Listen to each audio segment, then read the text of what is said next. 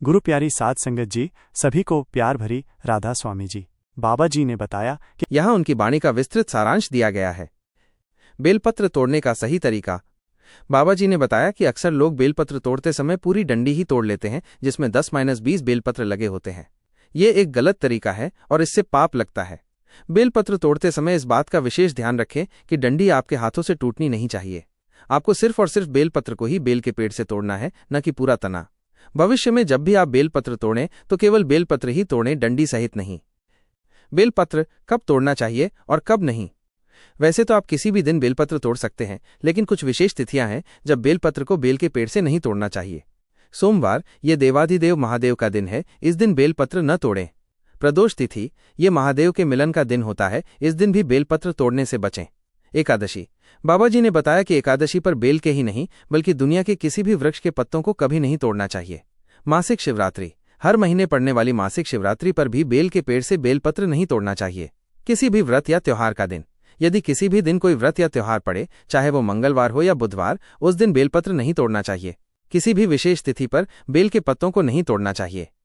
बाबा जी ने कहा कि महीने में कई ऐसी तिथियां होती हैं जिन पर बेलपत्र नहीं तोड़ना चाहिए, तो आखिर तोड़ें कब। उन्होंने सलाह दी कि जब भी आप बेलपत्र तोड़ें तो अधिक मात्रा में तोड़ लें, लेकिन एक साथ डंडी समेत 20-25 पत्ते न तोड़ें, इससे दोष लगेगा। यदि आपको अधिक बेलपत्र तोड़ने पड़ें तो एक एक करके बेल के पेड़ से बेलपत्र तोड़ सकते हैं। इन्हें सुरक्षित रखने के लिए आप बेलपत्र को किसी कपड़े में लपेटकर हल्का सा गीला करके फ्रिज में रख सकते हैं। इससे बेल का पत्ता सूखेगा नहीं, खराब नहीं होगा। फिर आप इसमें से निकाल कर धोकर रोजाना महादेव को चढ़ा सकते हैं। बेल पेड़ के नीचे दीपक लगाने का नियम। बाबा जी ने बताया कि आपको कभी भी बेल पेड़ के नीचे गोल बत्ती का दिया नहीं लगाना चाहिए। ऐसा इसलिए क्योंकि बेल पेड़ के नीचे माँ सती, माँ पार्वती का वास होता है। वहां हमें गोल बत्ती की बजाय लंबी बत्ती के ही दीपक को लगाना चाहिए। शिवलिंग पर बेलपत्र चढ़ाने का सही तरीका। बेलपत्र चढ़ाते समय कई लोगों को यह भ्रम होता है कि इसे कैसे चढ़ाएं, माइनस सीधा या उल्टा। बाबा जी ने स्पष्ट किया कि बेलपत्र के दो भाग होते हैं। चिकना भाग, यह बेलपत्र का सीधा भाग होता है।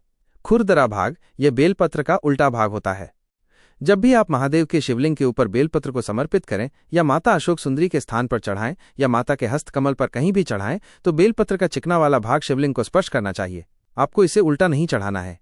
जब महादेव के शिवलिंग के ऊपर अपने जीवन के किसी भी प्रकार के कष्ट को बोलकर चढ़ाएं तो बेलपत्र की डंडी हमेशा माता अशोक सुंदरी की तरफ हो। जब बेलपत्र माता अशोक सुंदरी के स्थान पर किसी विशेष परिस्थिति में चढ़ाएं तो डंडी बाहर की तरफ होनी चाहिए और पत्ती वाला भाग महादेव की तरफ होना चाहिए। बेलपत्र खाने का सही तरीका। बाबा जी ने बेलपत्र खाने को लेकर सबसे विशेष जानकारी दी। बेलपत्र में 3 पत्तियां होती हैं, बीच में सबसे बड़ी पत्ती और नीचे की 2 छोटी पत्तियां बाईं और दाईं। जब भी आप महादेव के शिवलिंग के ऊपर से बेलपत्र को खाने के लिए उठाते हैं तो सबसे पहले 1. दाहिनी वाली बेलपत्र सीधे भाग की छोटी पत्ती को तोड़कर खाना चाहिए। 2. जब ये पत्ती खा लें तो फिर आपको बाईं पत्ती उल्टे भाग की छोटी पत्ती को खाना चाहिए। 3.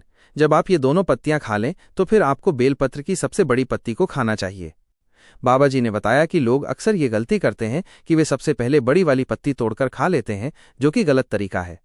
बेलपत्र की बड़ी वाली पत्ती को खाने का तरीका सबसे अंत में होता है। बेलपत्र खाने से छालों का उपाय। लोगों ने बाबा जी से प्रश्न किया कि जब वे बेलपत्र खाते हैं तो उनके मुंह में छाले निकल आते हैं, इसका क्या उपाय है। बाबा जी ने इसका भी एक तरीका बताया।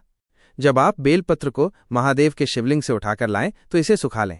सूखने के बाद ये बेलपत्र बिल्कुल कड़ा हो जाएगा। उसके बाद इसका पाउडर बना लें। इस पाउडर को संभाल कर घर में कहीं भी रख दें।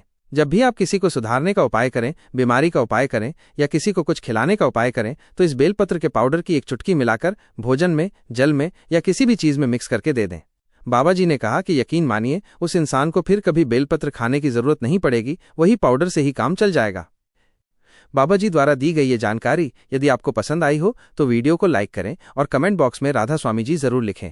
आज से ही यदि आप भी ये गलतियां करते आ रहे हैं तो अपनी इन गलतियों को जरूर सुधारें। ऐसी और जानकारी फिर से लाएंगे, तब तक के लिए राधा स्वामी जी।